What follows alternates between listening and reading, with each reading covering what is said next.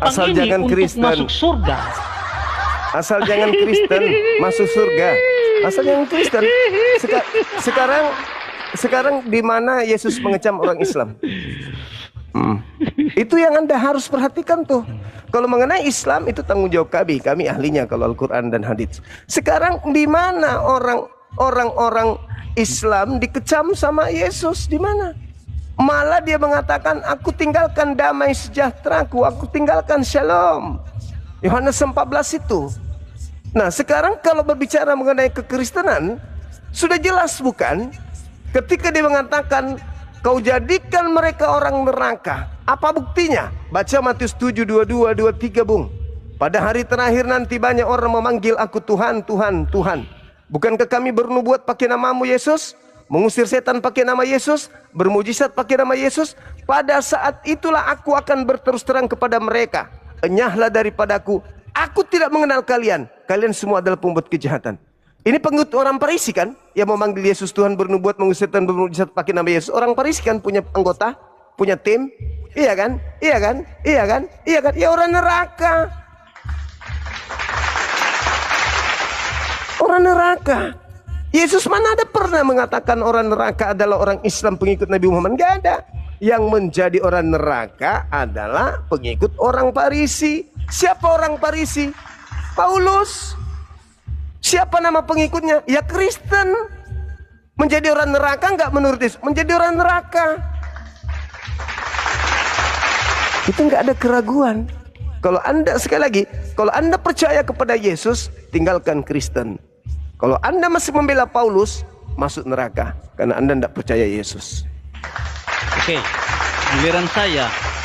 Nah, Suma memaknai dalam Bukhari 29 ayat 83, asal kata jangan masuk Kristen, sekalipun berbuat dosa, sekalipun berzina, membunuh, mencuri, ya, asalkan tidak masuk Kristen, masuk surga. Yes, betul. Kenapa emang? Kenapa memang? Apa masalahnya? Apa masalahnya? Apa masalahnya? Beda. Ya beda dengan Kristen. kita. Ya, beda ya, dengan memang. Kristen sama beda dengan neraka. Kita. Udah. Kristen sama beda dengan neraka. kita semua. Memang Yesus, beda dong. Memang Yesus, beda. ketika dia Yesus hadir di dalam dunia ini, dia tidak membawa agama. Jadi dia Kristen dari orang Farisi.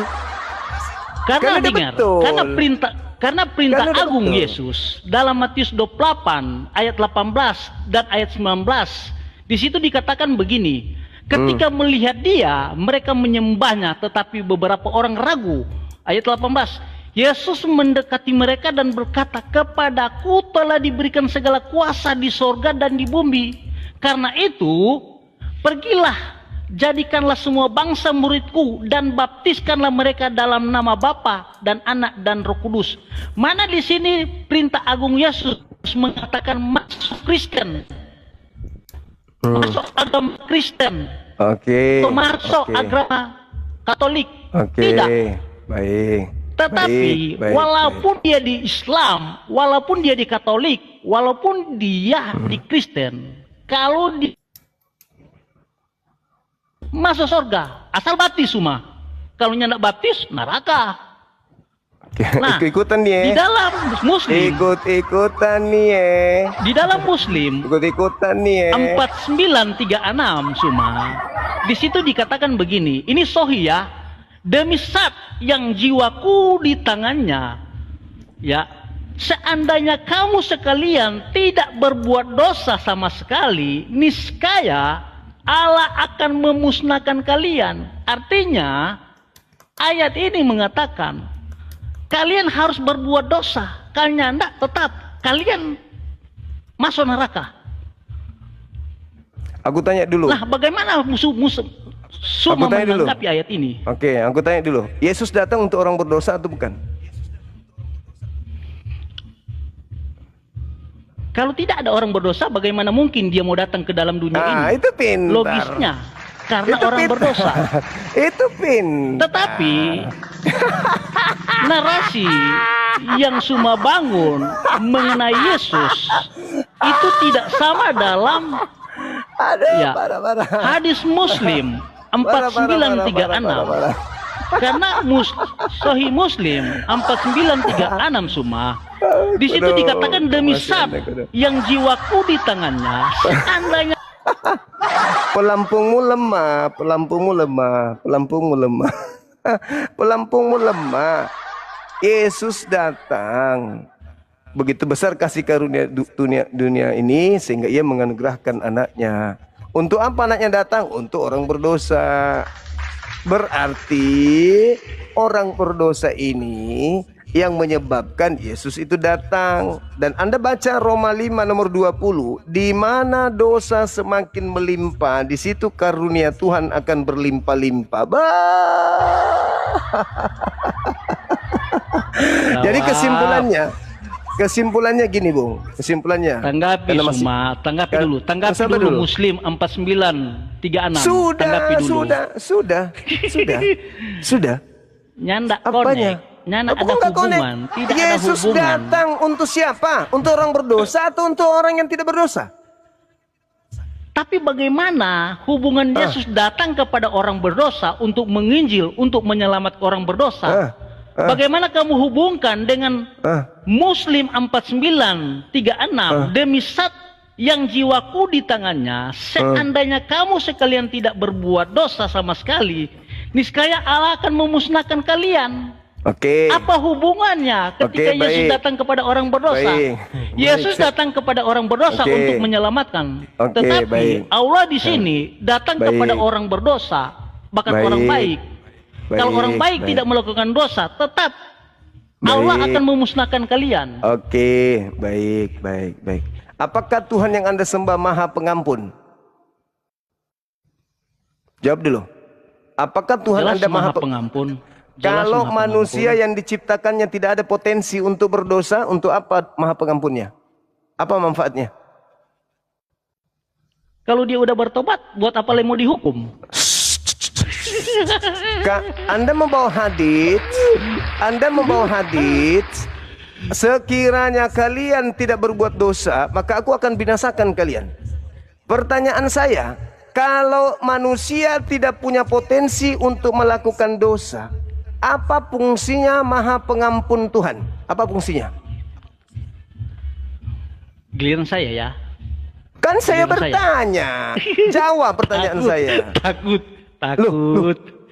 Jawab pertanyaan saya. Anda mengakui bahwa Tuhan itu Maha Pengampun. Sekiranya Tuhan menciptakan manusia tidak bisa berbuat dosa, manusia itu tidak ada potensi untuk berdosa, lalu buat apa Maha Pengampunnya Tuhan Anda? Apa fungsinya? Untuk apa? Mengampuni semua. Siapa yang mau diampuni kalau tidak ada potensi berdosa? Jedar. Makanya jangan blow on. Jangan blow on. Tidak seperti itu semua. Tidak seperti itu. Jadi gini. Ulang lagi. Kulang lagi. Allah menciptakan manusia semua. Allah menciptakan dengan manusia. Potensi, itu semuanya dengan baik. Dengan potensi bisa berdosa. Tetapi dalam potensi bisa berdosa. Tetapi Allah menciptakan manusia. Hadis tersebut, pertanyaan saya, kalau seluruh manusia tidak ada potensi melakukan dosa, lalu buat apa Maha Pengampunan Tuhan? Berfungsi atau tidak? Tidak berfungsi. Lalu apa gunanya dia mengatakan dirinya sebagai maha sempurna? Jedar.